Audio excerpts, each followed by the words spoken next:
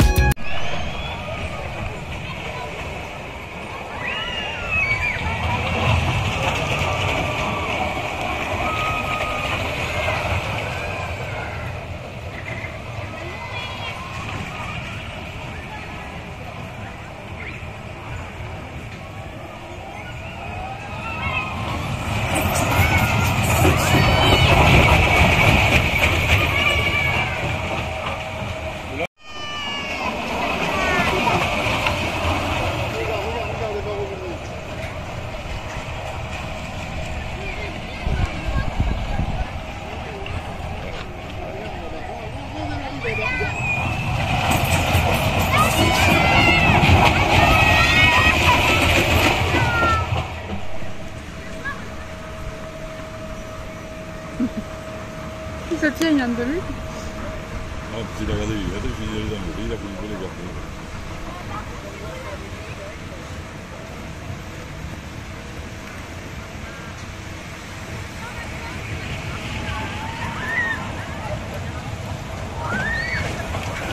Son petit trempe là, ça y est.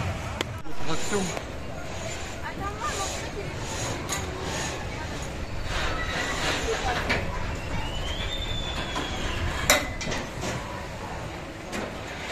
Si vous voulez faire une attraction, il faut aller vite, hein. Allez vite, hein. Allez. Ouais, waouh. Cours, Forest, là. Yann, attends-moi. Attends ta soeur, Yann, attends ta soeur. Non, tu te tiens parce que si le truc il tient pas bien, après tu peux tomber. Hein. Ouais. Allez, vas-y, avance, Yann, avance.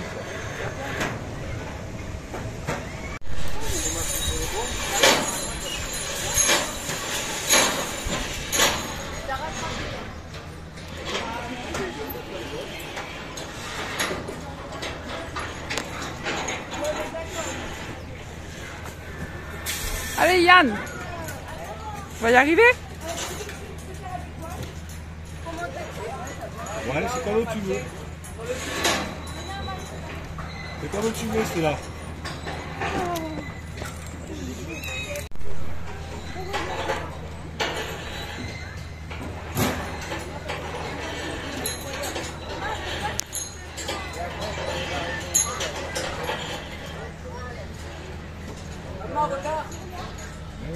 C'est bon, on regarde tous les deux. Hein.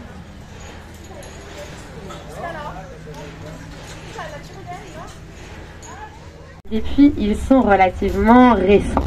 En effet, le plus âgé d'entre eux, il ne date qu'il y a à peu près 100 000 ans.